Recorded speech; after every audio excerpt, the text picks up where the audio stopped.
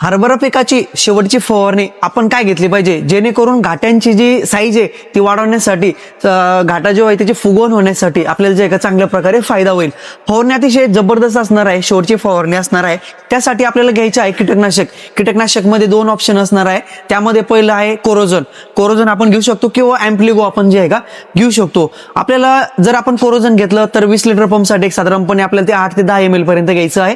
किंवा आपण अँप्लिगो जर घेतलं तर आपल्याला 20 लिटर पंपसाठी साधारणपणे 12 ते 15 ml पर्यंत जे आहे का ते आपल्याला घ्यायचं आहे. त्याचबरोबर घाट्यांची फुगवण होण्यासाठी विद्रव्य खत आपल्याला घ्यायचं आहे. त्यामध्ये घ्यायचं आहे ते 04247 एक साधारणपणे 20 लिटर पंपसाठी आपण ते 60 ते 80 ग्रॅम पर्यंत जे आहे का आपल्याला ते घ्यायचं आहे. आणि त्यामध्ये आपल्याला बुरशीनाशक आपल्या घाट्यांवरती बुरशीचा अटॅक होऊ नये किंवा मग घाट्यांची गळ होऊ नये त्यासाठी आपल्याला बुरशीनाशक घ्यायचं आहे. बुरशीनाशक घेत असताना रिडोमिल गोल्ड 50 ग्रॅम पर्यंत आपल्याला ते घ्यायचं आहे. तिन्ही औषधी एकत्रित करून जर आपण त्याची व्यवस्थित दाट फवारणी जर आपण केली तर अतिशय जबरदस्त आपल्याला जे आहे का रिझल्ट मिळणार आहे.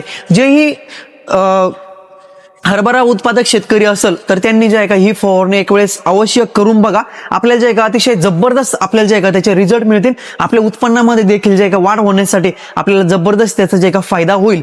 व्हिडिओ जरी आवडला असेल तर जास्तीत जास्त शेअर करायला विसरू नका. धन्यवाद.